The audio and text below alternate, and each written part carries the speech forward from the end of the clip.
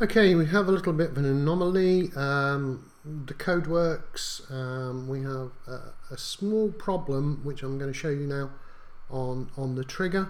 I don't know why. Maybe we can look at that at some other point, but I'm not going to really let it ruin the set of the videos. I did make a mistake again when I was copying the values of putting too many brackets around from that die command, so I'm just going to take those out. It's not going to make any problems or any difficulties whatsoever. It just looks nice. So I'm going to save that, go back to my page and reload my index page, and I'm going to try this in valid and 0, and when I click submit, I am expecting it to say that the data has been rejected.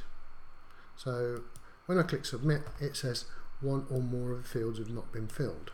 However, if I change the age to -1 and submit it, I correctly get the message that the data was rejected. So this has something to do with the PHP trigger and not my code, because the code is working nicely. So obviously result was okay with a 0 and not okay with a -1. If we go to the database and if we browse, we should see, let's actually show more. We've got this valid, big mistake. I don't have this invalid. So I don't have the case where it was 0, and I no longer have the case where it's -1. So just to prove that everything is working nicely, I go back and change this invalid and make it 11. Click submit, that should appear in my database.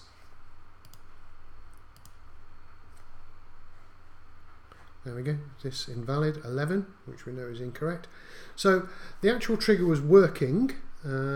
It never entered into the database any values of less than 1, but for some unknown reason a value of 0 gave me a result which was a little bit different. So that's to be watched out for. I have no idea why that occurred whatsoever. So we've managed what we wanted to do. We've populated the database, we've pulled data back from the database, we've played around with JSON. Everything comes back in JSON responses. Our next step is to go over to Python and to be able to call this addperson.php from Python and be able to fill in data from a Python program.